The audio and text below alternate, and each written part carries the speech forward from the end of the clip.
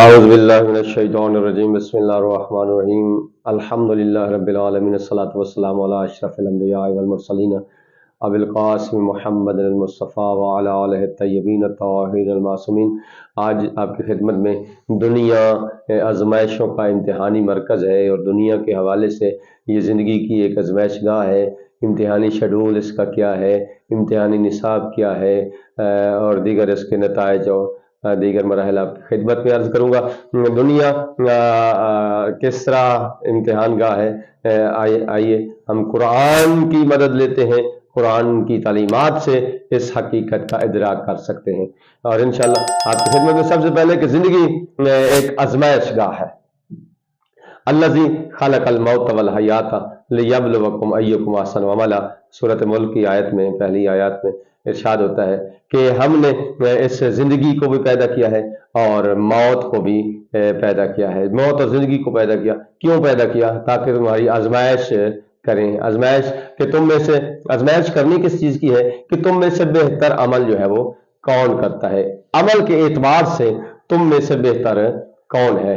اور اللہ بڑا غالب آنے والا بھی ہے اور بخشنے والا بھی ہے، یعنی اس آزمائش میں اگر کہیں تمہارے سے غلطی سرزد ہو جاتی ہے، گناہ سرزد ہو جاتا ہے، تو اللہ بڑا غالب آنے والا ہے اور بخشنے والا ہے۔ تمہارا کام توبہ کرنا ہے اور خدا کا کام بخش دینا ہے۔ یہی اس بخشش کی وسعت ہے کہ انسان خطا کرتا ہے پھر بھی وہ اللہ معاف کر دیتا ہے۔ امتحانی شیڈول اس وقت کا کیا ہے؟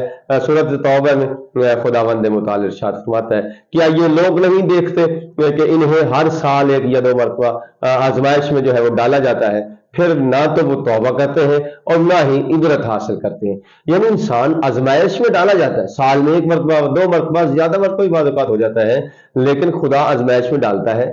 ہر روز آزمائش میں نہیں ڈالتا، خدا کبھی کبھی انسان کو آزمائش میں ڈالتا ہے اور اس آزمائش میں ڈالنے کا مقصد یہی ہوتا ہے کہ اس آزمائش میں سے کامیاب ہو یہ انسان۔ لیکن پھر بھی جب ناکام ہو جاتا ہے تو پھر بھی یہ انسان توبہ نہیں کرتا، یعنی عبرت حاصل نہیں کرتا۔ دنیا کا امتحانی نصاب کیا ہے؟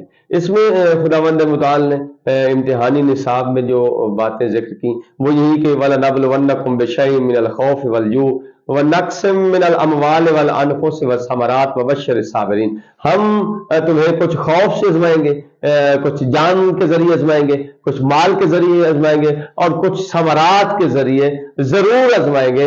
اور خداوند متعال ارشاد فرماتا ہے کہ میرے حبیب جو صابرین ہیں، جو صبر کرنے والے ہیں، ان کو خوشخبری دے دیجئے۔ یعنی خوف میں بھی صبر کرتے ہیں، بھوک میں بھی صبر کرتے ہیں، جان کا جب امتحان آتا ہے تب بھی صبر کرتے ہیں، مال کے ذریعے جب امتحان آتا ہے تب بھی صبر کرتے ہیں اور ثمرات کے ذریعے جب امتحان آتا ہے تب بھی صبر کرتے ہیں۔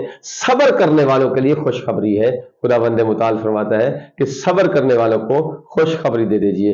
امتحان یہ لازمی ہے یا اختیاری ہے؟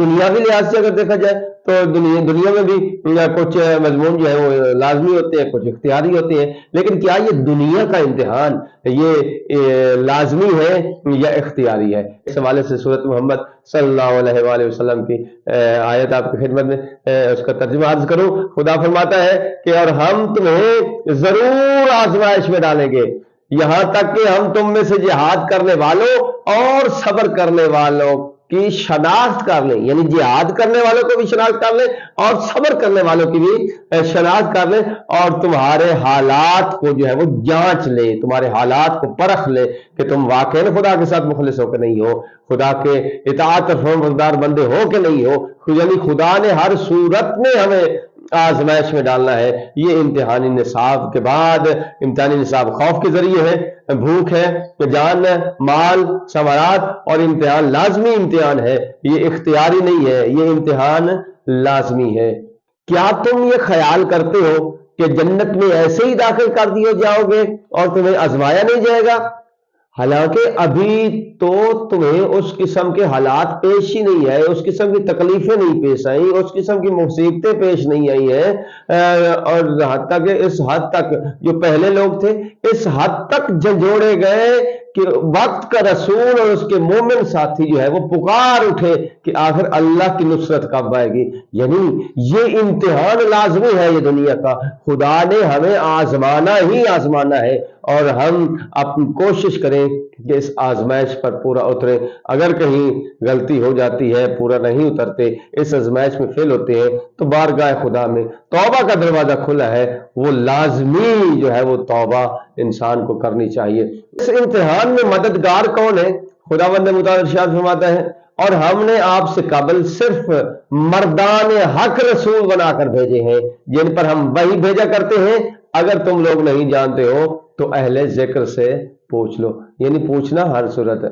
جو نہیں جانتے وہ جاننے والوں سے پوچھ کے اپنے اس امتحانی سلیبس کو جو ہے وہ کمپلیٹ کرنا ہے اور اس امتحان کو آگے لے کے چلنا ہے تاکہ یہ کامیابی جو ہے وہ نصیب ہو سکے. اور ساتھ میں ارشاد فرمایا اے ایمان والو اللہ کی اطاعت کرو اور رسول کی اطاعت کرو اور تم میں سے جو صاحبان امر ہیں ان کی اطاعت کرو. ان اطاعت کرنے میں ہی نجات ہے. یہ امتحانی مددگار ہے.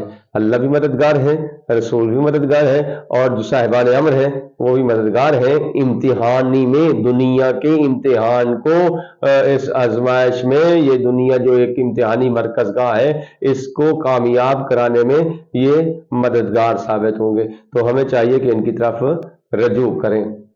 اب امتحانی جو دورانیہ ہے، دنیاوی امتحان کا دورانیہ یقیناً سال بعد یہ تقریباً ختم ہوتا ہے، کسی کا 4 سالہ ہوتا ہے، کسی کا 2 سالہ ہوتا ہے. یعنی دورانیہ جو ہے وہ تمام ہو جاتا ہے. لیکن دنیا کے امتحان کا دورانیہ کتنا ہے؟ تو خداوند متعال ارشاد فرماتا ہے قرآن مجید میں کہ اللہ جب پوچھے گا کہ تم زمین میں کتنے سال رہے ہو تو وہ کہیں گے، کیا کہیں گے؟ کہ ایک روز یا ایک روز کا ایک حصہ ہم وہاں ٹھہرے ہیں.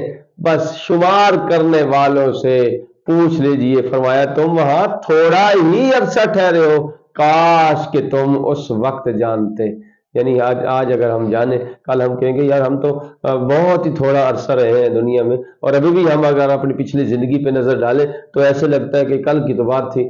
یعنی بروز محشر اس دورانی کے متعلق جب پوچھا جائے گا، اللہ جب پوچھے گا تو یہ انسان پکار اٹھے گا کہ میں تو ایک روز رہا ہوں اس دنیا میں، یہ ایک روز کا کچھ حصہ جو ہے وہ اس دنیا میں رہا ہوں. تو اللہ جواب دے گا تم بس تھوڑا ہی عرصہ جو ہے وہ اس دنیا میں ٹھہرے ہو، کاش کہ اس وقت تم جانتے کہ میری زندگی کتنی تیزی سے جو ہے وہ گزر.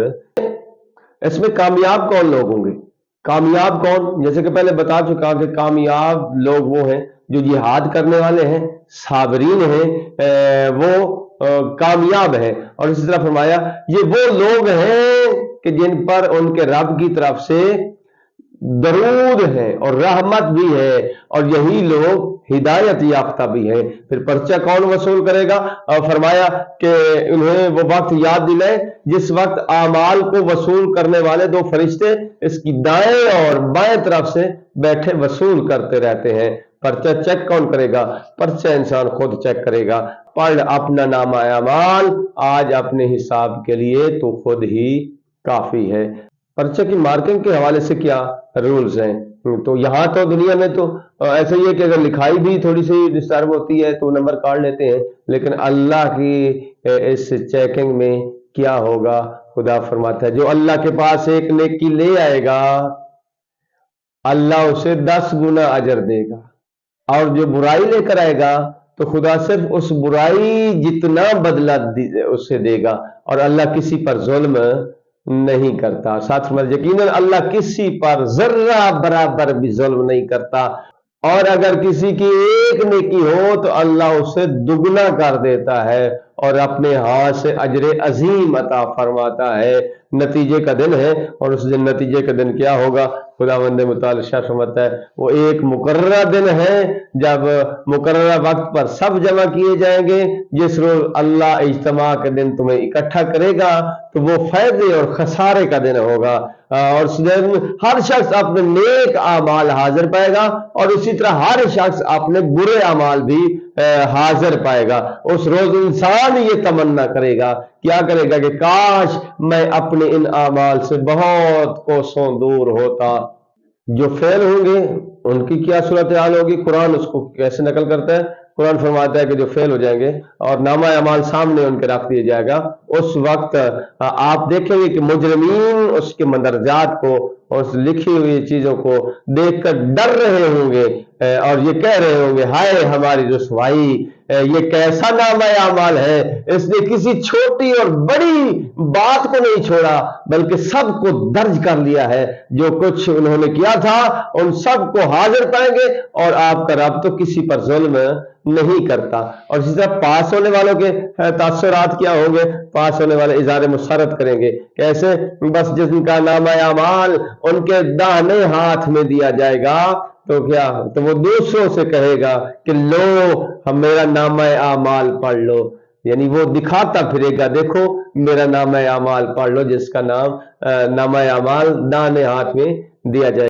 خدا فرماتا ہے کہ قیامت کے دن آپ مومنین اور مومنات کو دیکھیں گے کہ ان کا نور ان کے آگے آگے اور ان کے دائیں جانب دوڑ رہا ہوگا، اور ان سے کہا جائے گا آج تمہیں ان جنتوں کی بشارت ہے جن کے نیچے نہریں بہتی ہوں گی، جن میں تمہیں ہمیشہ رہنا ہوگا، یہی تو بڑی کامیابی ہے۔ اور ٹاپ پوزیشن جو اس دن ہوگی وہ کس کی ہوگی؟ والسابقون السابقون اولئک المقربون، اور سبقت لے جانے والے تو آگے بڑھنے والے ہی ہیں، یہی وہ لوگ ہیں جو اللہ کے ہاں مقرب ہیں۔ ہمارا مقصد زندگی کیا ہے؟ یعنی خدائی رنگ اختیار کرو، اللہ کے رنگ سے اچھا اور کسی کا رنگ ہو ہی نہیں سکتا، اور ہم اسی کے عبادت گزار ہیں، اور ہمیں چاہیے کہ ہمارا مقصد جو ہے کہ وما خلقت الجن والانس الا لیعبدون، اسی پہ نظر رکھیں، اسی پہ فوکس رکھیں، اپنے مقصد پر۔ لازمی نہیں ہے کہ انسان سر سجدے میں رکھے اور صبح رکھے، دوپہر رکھے، شام رکھے، رات عبادت کرتا رہے نا۔ آپ معاملات کر رہے ہیں، رزق کما رہے ہیں، گھر میں ہیں، سب چیزوں میں سب سے پہلے رضائے خدا کو مقدم رکھیں، انشاءاللہ آپ کا ہر لمحہ عبادت میں شمار ہو جائے گا۔ خداوند متعال ہمیں عمل کرنے کی توفیق نصیب فرمائے انشاءاللہ۔